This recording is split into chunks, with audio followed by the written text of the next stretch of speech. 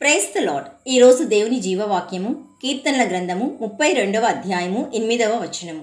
నీకు ఉపదేశము చేసేదను, నీవు నడవవలసిన మార్గమును నీకు బోధించెదను. Psalms 32 verse 8. I will instruct you and teach you in the way you should go.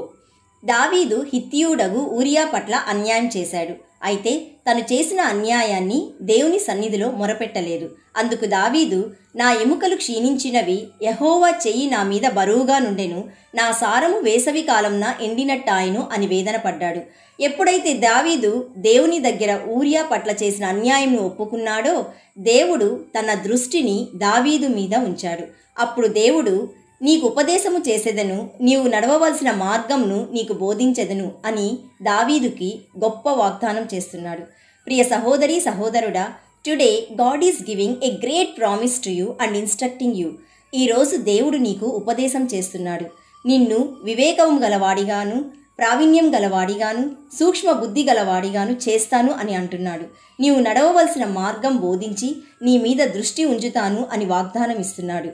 దావీదు ఎలాగైతే తను చేసిన మిస్టేక్ని యెహోవా సన్నిధిలో ఒప్పుకొని విడిచిపెట్టాడో, అలాగే ఈరోజు జీవవాక్యం వింటున్న నీవు ఎటువంటి మిస్టేక్స్ అయినా సరే దేవుని సన్నిధిలో ఒప్పుకొని విడిచిపెట్టు.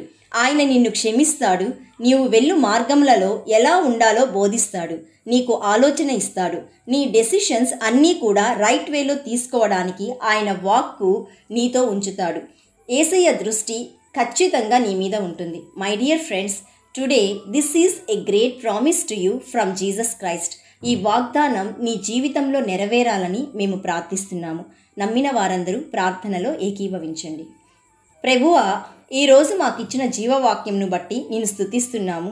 తండ్రి, నీ కనుదృష్టి మా మీద ఉంచుతున్నాను అని వాగ్దానం ఇస్తున్నావు. ఈరోజు వాక్యం వింటున్న ప్రతి ఒక్కరి ఆలోచనలపైన, వారి నిర్ణయాలపైన, వారి మార్గములలో నీ దృష్టి ఉంచి వారి జీవితాలను కట్టమని, నీకు మహిమార్థకరంగా నిలబెట్టమని రక్షకుడైన క్రీస్తు నామంలో అడుగుచున్నాము తండ్రి.